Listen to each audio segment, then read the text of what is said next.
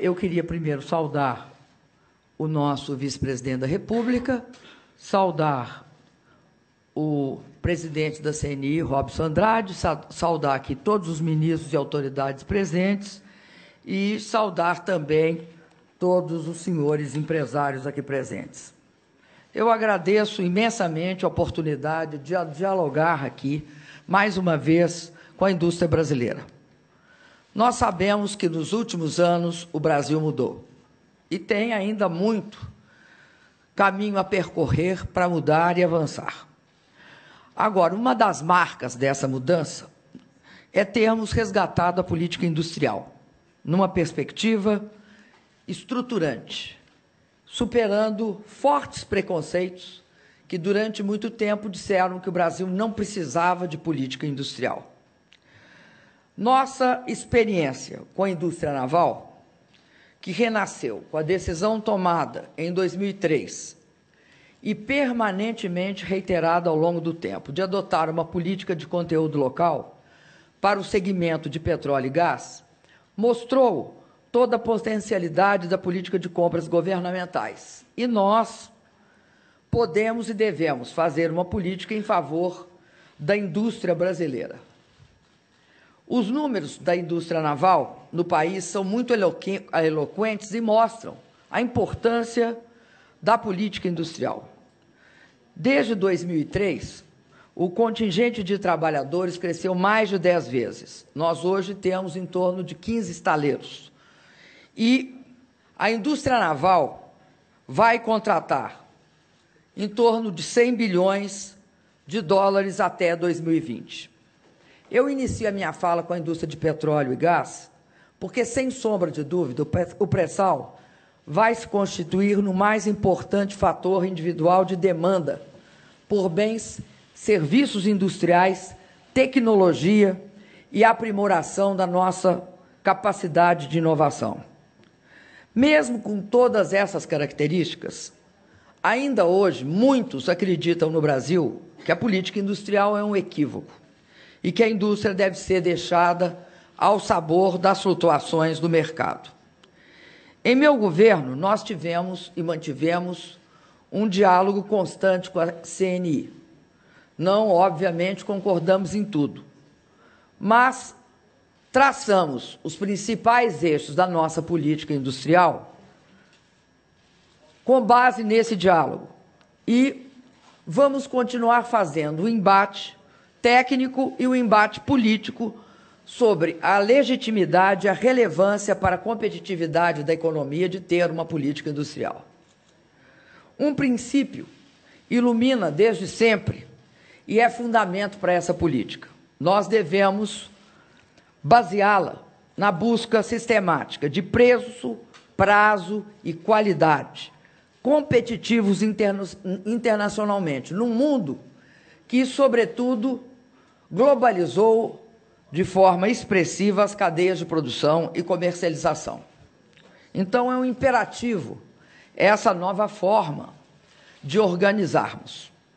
A pauta da nossa política industrial está construída em cima de alguns eixos. Primeiro eixo, medidas de forte desoneração de tributos. Segundo, crédito subsidiado ao investimento na indústria.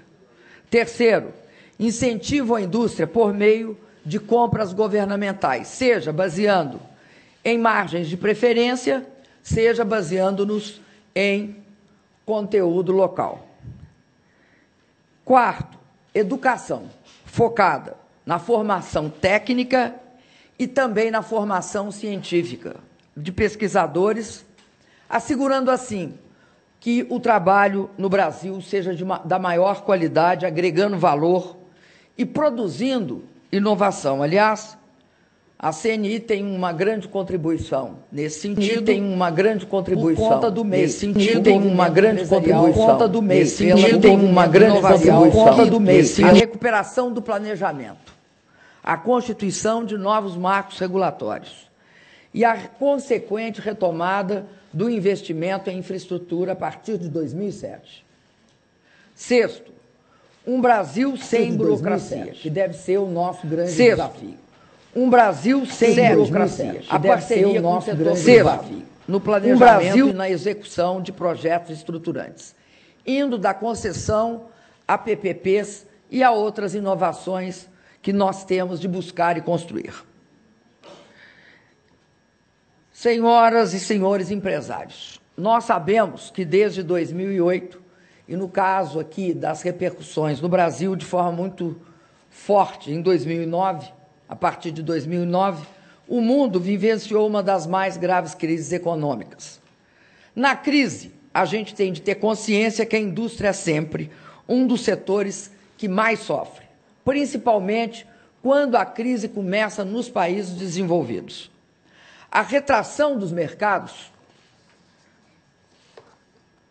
das economias avançadas gerou uma forte capacidade ociosa e, portanto, uma luta por colocação de bens de alto valor agregado nos mercados, ao mesmo tempo que a queda da demanda desses mesmos países produziu uma forte contração no mercado internacional.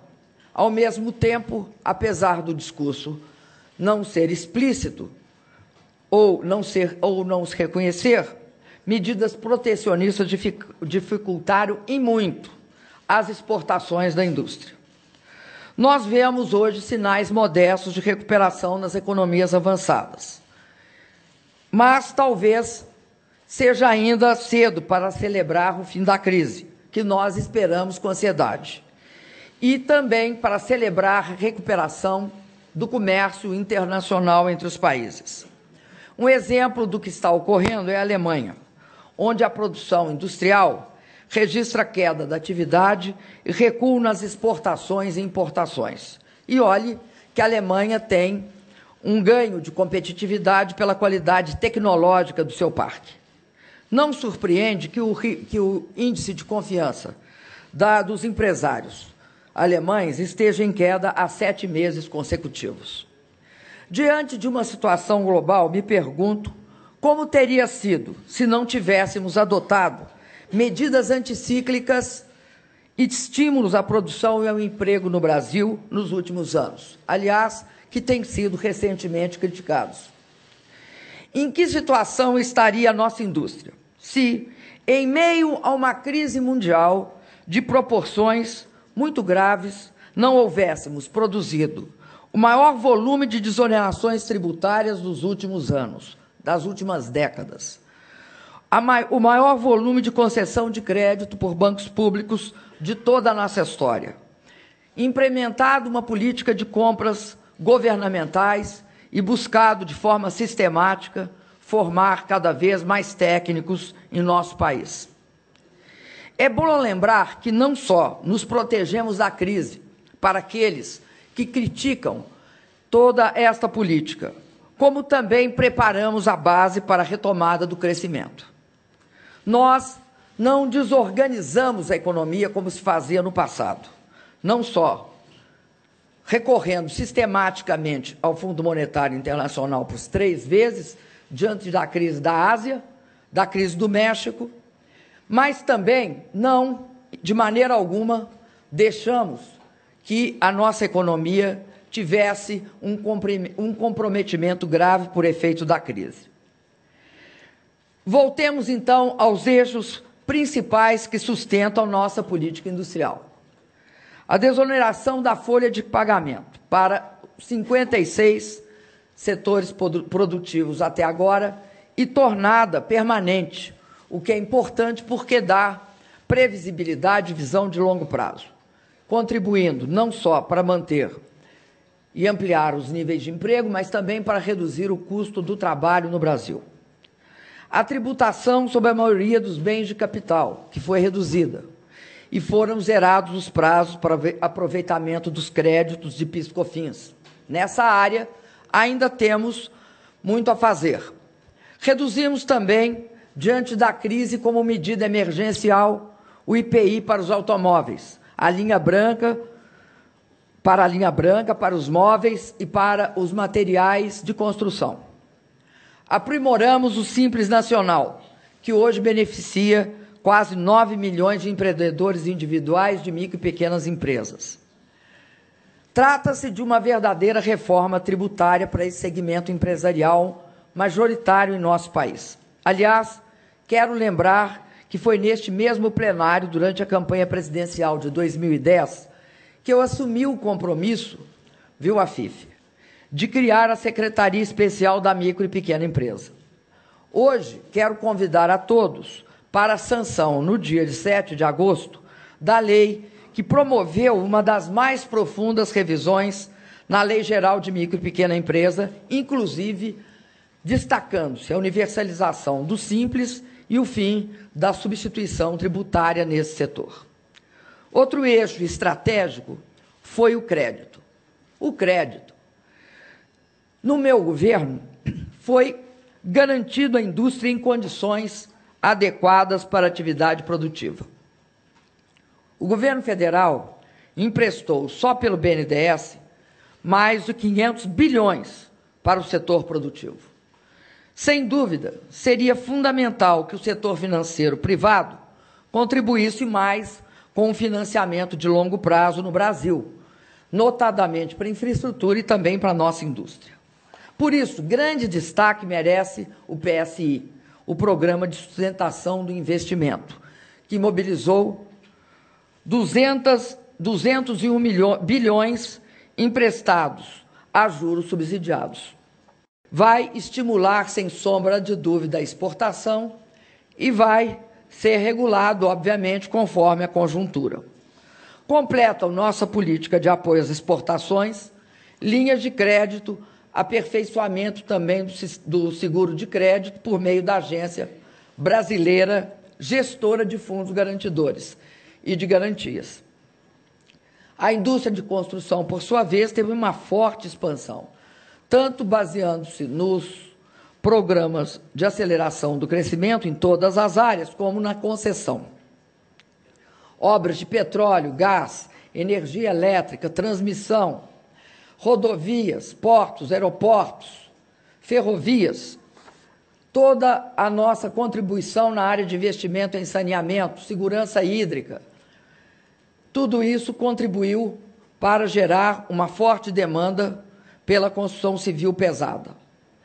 Além de decisivos para superar os gargalos logísticos, eles criaram uma forte demanda nessa área. Aqui, neste segmento, nós temos, de fato, grandes desafios a enfrentar, sobretudo a busca de novas institucionalidades, porque, por exemplo, na área de saneamento é essencial uma PPP. E, muitas vezes, é essencial formas de organização da parceria pública e privada que nós ainda temos de elaborar, sempre desenvolvendo e querendo fazer atualizações maiores. Junto com o Sistema Brasileiro de Poupança e Empréstimo, eu não podia deixar de destacar o Minha Casa Minha Vida, que, aliás, foi concebido junto com o setor da construção civil, em que há uma relação direta de financiamento e participação das indústrias. Com isso, nós conseguimos, com essa forma mais célere, mais adequada aos desafios do setor privado, nós conseguimos, em 5 anos, contratar aquilo que a gente achava, quando iniciou, que só chegaria a 500 mil moradias. Nós fechamos esse ano contratando 3.750.000 casas, sendo que desses, hoje, já tem entregues 1.700.000 e tem contratado já 1.700.000, só para simplificar. Isso significa que falta em torno de 300 a 350 mil moradias, o que o setor fará de forma bastante tranquila.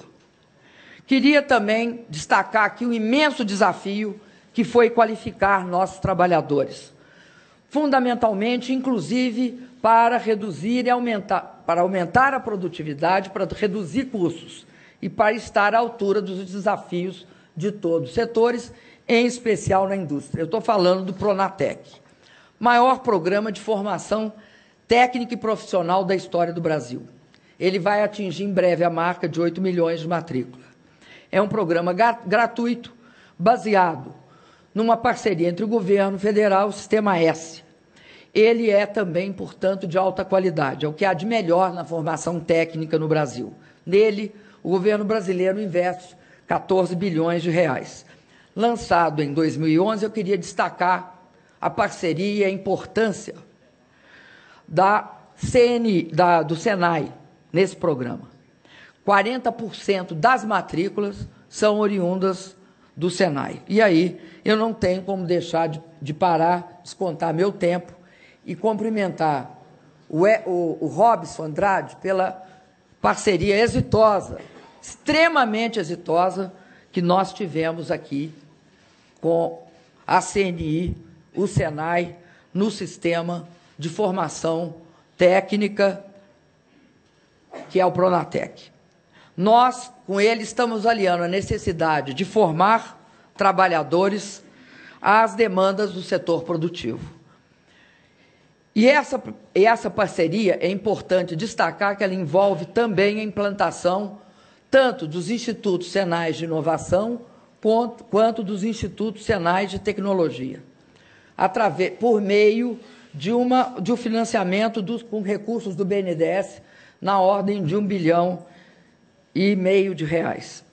Destaco ainda que é bom lembrar que nós estávamos impedidos de investir em escolas técnicas, por lei, algo que foi alterado ainda no governo do presidente Lula e que permitiu, no meu governo, que nós tivéssemos um programa dessa magnitude. Para vocês terem uma ideia, até propusemos esse programa como um programa de Estado, e até 2018 nós pretendemos chegar a 12 milhões de novos matriculados.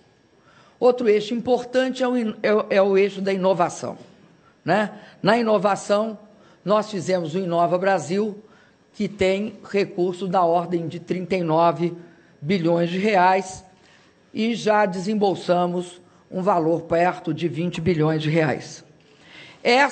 Todas essas iniciativas na área de inovação culminaram com as plataformas do conhecimento, que vai ser o reconhecimento claro da importância no Brasil da pesquisa na área da ciência e da tecnologia, se vincular fortemente aos interesses empresariais, sem o que nós não construiremos a necessária inovação, o padrão de inovação que o nosso país requer.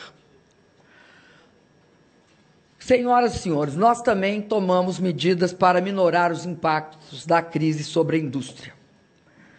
Nossas medidas, elas têm caráter não só de curto prazo, mas de médio e longo prazo. Nós temos um amplo compromisso com a pauta da competitividade da indústria. Quem sempre defendeu abertamente e executou uma política industrial pode assumir o compromisso crível de fazer cada vez mais pela indústria brasileira. Quero destacar algumas medidas que julgo importantes. Nós daremos prioridade, como sempre demos, à agenda da reforma tributária. Nós tentaremos sempre uma reforma abrangente, mas iremos perseguir esta reforma, mesmo quando a conjuntura não for a mais favorável, com ênfase na simplificação, na desburocratização e na não cumulatividade dos tributos. São esses três os princípios fundamentais. Nós temos consciência que urge a simplificação dos regimes do PIS/COFINS, por exemplo, e nós sabemos da importância de conduzir a mudança na legislação nesse sentido. Lembro igualmente aos senhores que está no Congresso a proposta de reforma do ICMS, que é igualmente urgente. Nessa questão, não adianta prometer, há que dar os votos para que nós consigamos fazer essa reforma. Até porque todos vocês aqui sabem que ela esteve próxima da conclusão.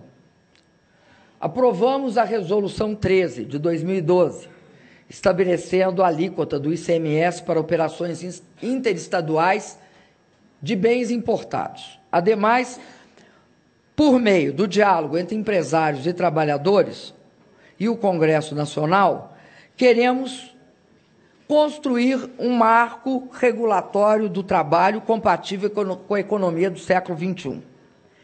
Ele deve estar, sim, estruturado em torno da negociação coletiva, estruturado também na normatização, sem ônus desnecessário, e a simplificação das leis das relações trabalhistas.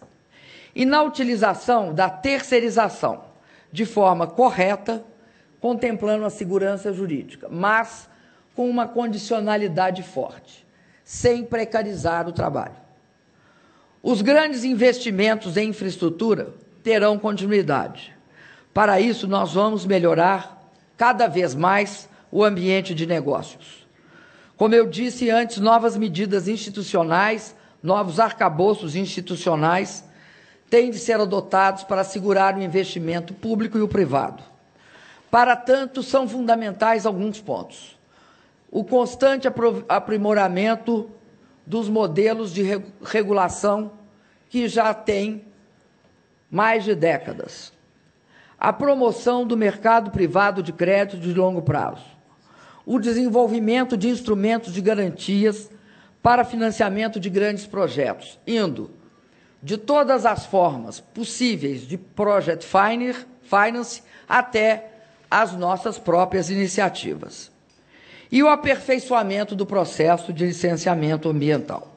Queria destacar que a aprovação dos royalties de petróleo e do Fundo Social do Pré-Sal vão permitir um salto histórico no que se refere à educação.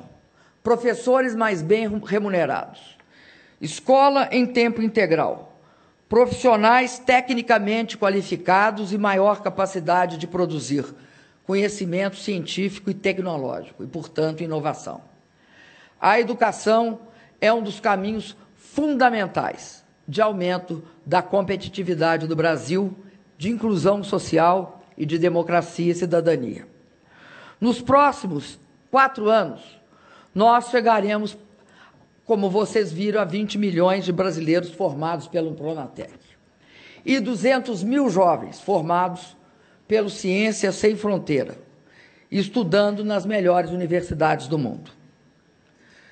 Senhoras e senhores, nenhum país se transformou em uma nação desenvolvida sem modernizar seu aparelho de Estado, tornando-o eficiente e assegurando-lhe capacidade de gestão.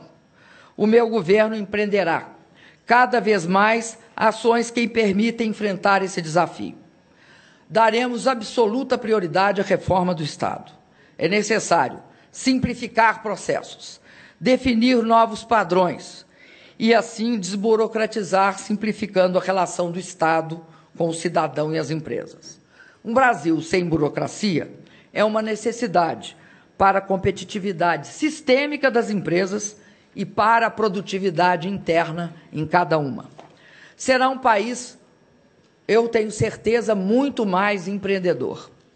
Os cidadãos brasileiros também necessitam que o Estado utilize a tecnologia para integrar seus serviços e, por meio de um cadastro único, tratar os cidadãos como pessoas indivisíveis. Concentraremos esforços para avançar em acordos de comércio e de investimento com vários e diversos blocos econômicos sem preconceito.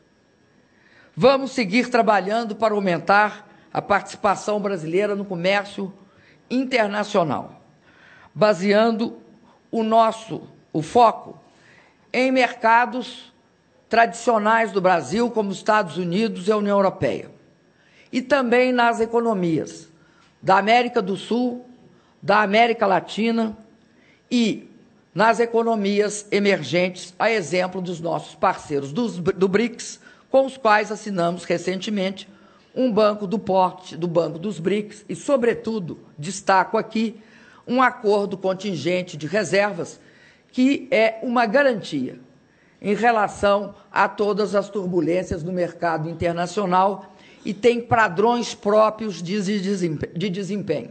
Aqueles que acreditam que o acordo contingente de reserva dos BRICS foi feito contra o Fundo Monetário devem se recordar que a presidente do FMI, Christine Lagarde, encaminhou a mim, que sou presidente pro tempore dos BRICS nesse momento, uma proposta de parceria entre o acordo contingente de reserva dos BRICS e o Fundo Monetário Internacional.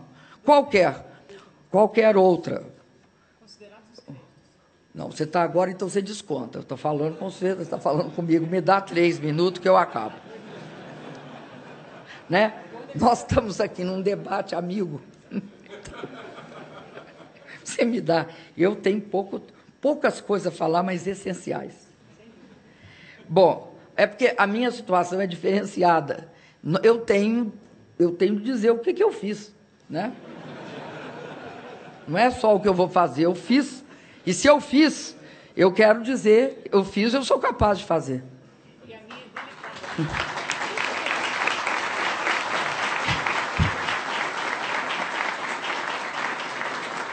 Vocês não se iludam, não, nós nos gostamos.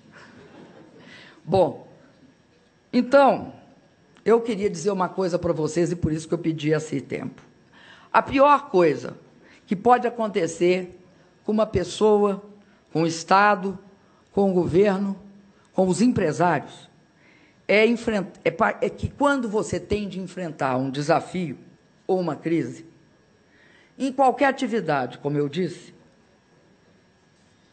e, em especial, na atividade econômica. A pior coisa a fazer é ficar pessimista. O pessimismo, portanto, ele tem o condão de ter consequências graves. E na economia, por 2 motivos. Primeiro, nós sabemos qual é a influência das expectativas no mundo globalizado, onde fluxos econômicos financeiros e as decisões de investir são extremamente sensíveis às expectativas.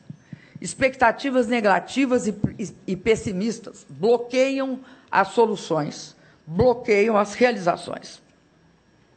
O segundo motivo é a tentação de forçar a realização de profecias, as mais negativas, em períodos pré-eleitorais que têm essas expectativas forte componente político. As avaliações absurdamente negativas sobre a capacidade do Brasil de realizar a Copa exemplificam o que eu estou dizendo. Além da Copa, tivemos outros surtos de pessimismo que não se realizaram, como é o caso da tempestade perfeita, que prometia nos conduzir a uma crise cambial de proporções avassaladoras, com uma expectativa similar ao que acontecia antes de 2003, diante de crises internacionais. Recorrer ao Fundo Monetário, desabar toda a estrutura do país. E uma outra afirmação era que o Brasil, feita do ano passado até há pouco tempo, ia passar por um racionamento de energia. Para vocês terem ideia, o último racionamento de energia teve o condão de tirar 2 pontos do PIB em 2000 e 2001. Então, essas profecias extremamente pessimistas não se realizaram nem se realizarão. Não se realizaram, no caso da tempestade perfeita, porque somos um país que hoje não tem 37 bilhões e 800 milhões de reais de reservas, como era o caso em 2002, por exemplo. Hoje, nós temos 10 vezes mais, 380 bilhões de reservas. E temos um Banco Central ágil, capaz de fazer toda uma política de swap. Ao mesmo tempo, no caso da energia elétrica, em 4 anos, o meu governo investiu o equivalente ao que era investido em 8 anos, quando acabou o mandato do presidente anterior, o presidente Lula. E duplicamos a rede de transmissão. E, por isso, enfrentamos um nível de seca maior do que ocorreu em 2000 e 2001. Não vamos ter racionamento agora e não teremos no futuro. Essas profecias pessimista criaram efeitos significativos nas expectativas econômicas em 2014. É bom lembrar que fechamos o 2013 com uma das taxas de crescimento do PIB maior pelo menos entre as 7 principais economias. Do G20 nós estávamos em torno de 6º ou 7º lugar, com 2,5% de crescimento. Proponho que nós não nos deixemos arrastar por essas avaliações pessimistas, sem considerar o ambiente global e os fundamentos da economia brasileira. Os fundamentos da economia brasileira. O Brasil tinha uma dívida líquida sobre o PIB, quando acontecia tempestades perfeitas e racionamento, de 60%. O Brasil tem hoje uma relação dívida líquida sobre o PIB de 34%. Temos a menor taxa de juros da história recente da República, mesmo com tudo que nós enfrentamos nos últimos tempos. Estamos construindo uma base sólida, e eu queria terminar dizendo que vamos entrar num novo ciclo, que criamos as bases. Esse ciclo nós chamamos de competitividade produtiva. E eu depois agradeço toda a indústria CNI na minha fala final, Robson.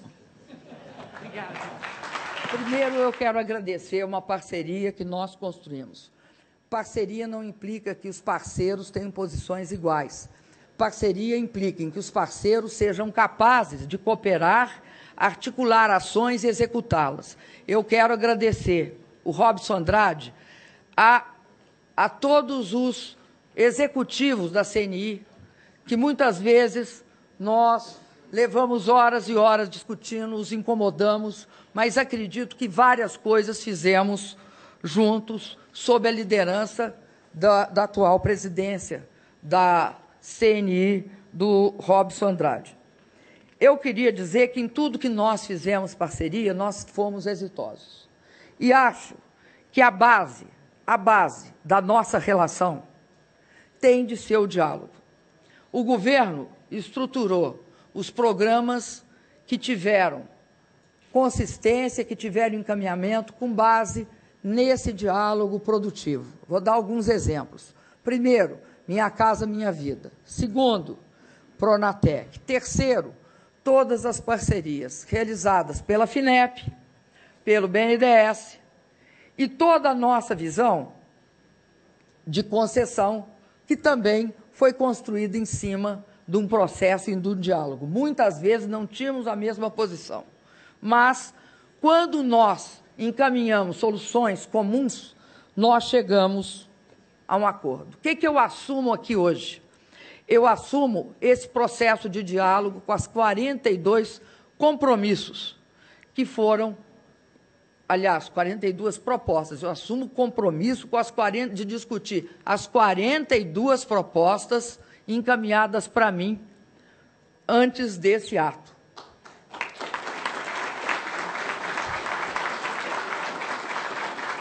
E quero dizer que vou organizá-las nesses 7 eixos que, para nós, são fundamentais, porque eles representam um novo ciclo de desenvolvimento para o qual nós estamos construindo as bases, que é uma clara política de desoneração.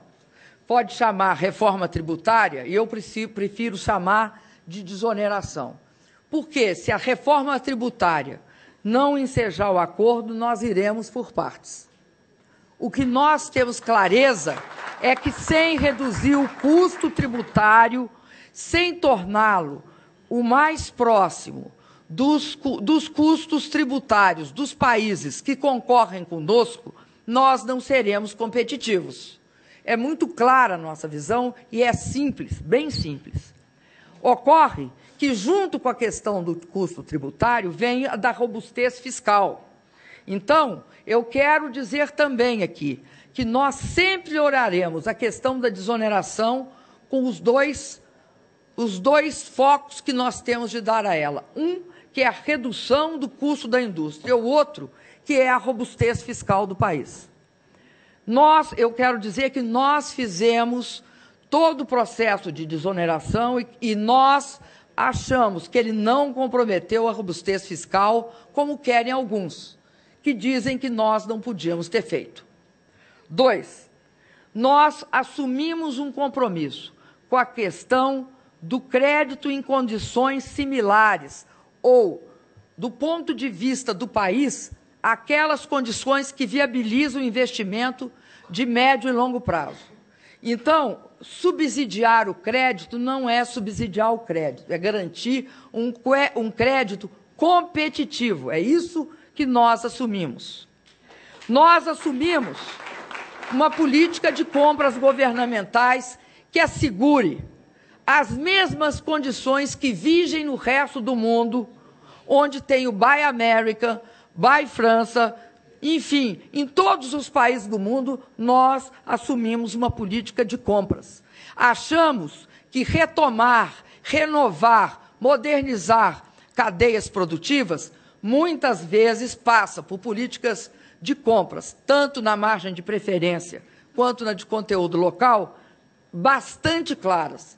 E concordo com Pastoriza que é uma das questões fundamentais fiscalizar, dado a assimetria de informação que existe entre o governo e o empresário individual.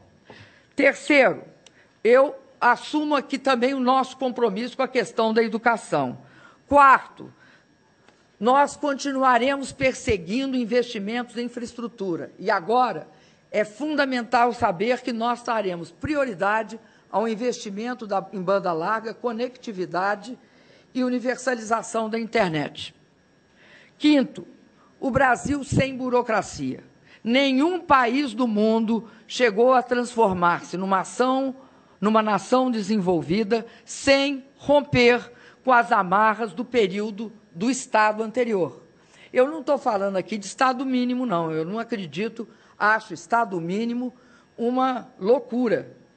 O dia que me falarem sobre Estado mínimo, eu vou contar a história que eu sei sobre a NSA, que está criando um setor, é óbvio, é a NSA imensa, com 39 mil empresas, mas é um setor que quem fomenta é o Estado americano, e fomenta Big Data, grandes softwares, não é só do ponto de vista assim, conspirativo da espionagem, não, é como criar uma indústria da defesa, um complexo industrial militar da defesa, criaram um complexo industrial da informação, da mesma forma. Então, é uma ingenuidade supor que isso significa Estado mínimo, nem tampouco Estado máximo. Significa um Estado eficiente, um Estado com uma capacidade de gestão e de governança que dê a ele os instrumentos. Daí, porque eu concordo com vocês nas 42 propostas, que tem de colocar o CNDI junto com o nosso, lá, a Câmara de Gestão. Tem de criar um órgão perto da presidência, sim. Concordo com vocês. E, por fim, eu só quero falar uma coisa. Eu insisto muito no pessimismo. Eu insisto no pessimismo, porque se vocês olharem as condições que nós enfrentamos a crise agora, com as condições que nós enfrentamos a crise no passado, vocês vão ver várias coisas muito interessantes. Primeiro, nós enfrentamos a crise hoje com fundamentos sólidos no que se refere ao câmbio. Nós enfrentamos com a taxa de juros, tá? Real, ex ante, pode olhar ex post também. A menor taxa de juros, ex ante e ex post, nos últimos, tem um ano, que é 2011, que ela dá uma levantada, mas 12, 13, 14, ela é uma das mais baixas do histórico. Não tem nenhuma mais baixa do que elas, nenhuma. Além disso, nós enfrentamos esse processo com um conjunto de medidas para impedir que a crise significasse uma deterioração das relações sociais e, portanto, políticas do país. Não ter desemprego, ou seja, se eles desempregaram 60 milhões de pessoas de 2008 para cá, nós contratamos 11 milhões de pessoas no Brasil. Nós enfrentamos a crise sem desempregar. Eu considero, e quero falar aqui sobre uma questão rapidinha, da energia. Porque eu escutei a história do shale gas. Então, eu quero só fazer uma vírgula. Eu acho que é um fator de competição violento para os Estados Unidos apropriar-se do gás, do shale gas, do gás de xisto, a $4 e 1 milhão de BTU. Concordo. Alto negócio. É como se eu apropriasse do preço do pré-sal a custos nacionais. E não querendo cobrar o meu petróleo a preços internacionais. Porque vamos fazer só uma continha rápida? Quanto é que a Alemanha paga pelo shale gas? Pelo gás. Paga $10, 1 milhão de BTU. Quanto paga os Estados Unidos? Não chega a 4, está 3,97 ou 3,67. Uma coisa assim. A diferença disso é o fato que os Estados Unidos proíbem a exportação de shale gas, como proíbe a exportação de petróleo bruto. Eles apropriam o diferencial de competição para si mesmos. Nunca vi ninguém nos Estados Unidos, uma opção de gente protesta, fala, etc. Há uma briga danada. Mas, até hoje, a única coisa que passou é que eles fizeram uma exportação, se eu não me engano, para o Japão. Agora, o preço praticado internamente não é o preço do mercado internacional de gás, porque o preço internacional de gás, me desculpem, não é $4 1 milhão de BTU, nunca foi. O preço do mercado internacional vai variar ali, dependendo. Se for contrato de longo prazo, pode até ser um pouco menor. Mas, na Ucrânia, pagam $13 o 1 milhão de BTU. 4 para 13 dá 7. Pagam, quanto é que paga? Depois do furacão, aliás, 4 para 13 dá 9. Eu estou pensando no furacão, em Fukushima. Como é que chama? No Japão, o tsunami. Desculpa, o tsunami. Presidente, no Japão, a diferença é aquela que eu disse. Por que a diferença é aquela que eu disse? Porque eles têm de ter uma outra fonte de energia. Então, vamos devagar com as relações entre o preço dos insumos aqui e os preços de lá fora. A gente, se fizer para fazer a mesma coisa, sabe o que a gente tem de fazer para fazer a mesma coisa? Também tomar as mesmas medidas. O que não é possível é comparar coisas que têm medidas diferentes. Aqui no Brasil, todo mundo quer indexar o preço do petróleo ao Brent ou ao WTI.